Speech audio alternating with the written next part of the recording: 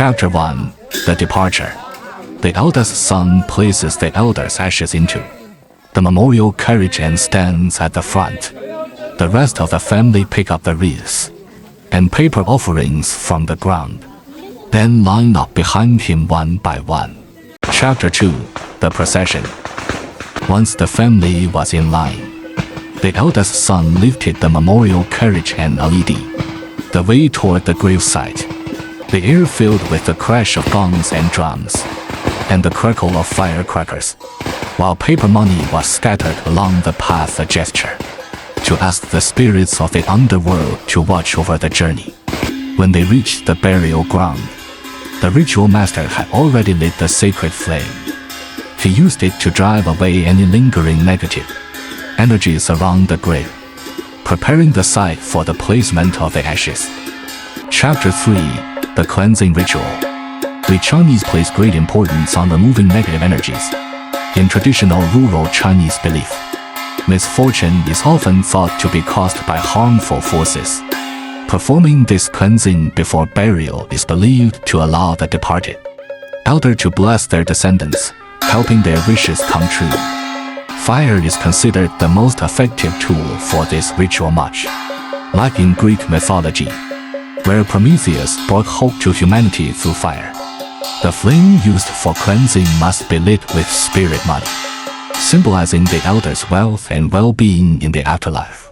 Only when they are peaceful and prosperous in the next world can they fully focus on blessing their family with health and safety for generations to come. Chapter 4. Laying to rest. The burial is a really important step. Whether a family will thrive, prosper, and stay safe and healthy, it all comes down to this moment. On a bigger level, everything matters: the date, the time, even the weather. On a smaller level, every detail counts: the shape of the urn, the position and direction it faces when placed. Right now, the ritual master is using the Luopan compass to measure exactly where and how the urn should rest. These steps really test the master's spiritual insight.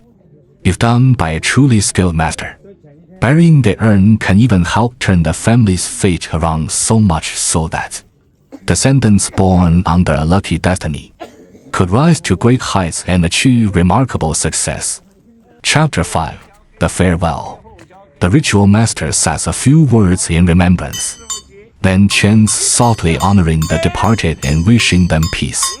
As he does, the living bow their heads in respect.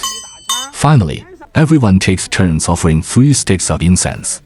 Once that's done, they leave the gravesite. And it's important not to look back, a final way to let go and allow the departed to rest fully. Chapter 6. The Funeral Feast. The funeral feast is the liveliest part of a rural Chinese burial. A few big round tables are set up in the family's courtyard, and all the relatives and friends who attended the burial gather to eat together. The food is provided by a team of cooks. The family only has to boil water and cook plain rice. Honestly, the dishes at this village funeral meals are mostly steamed or braised, made ahead of time. And to tell the truth, they aren't that tasty. But the point of the feast isn't really the food.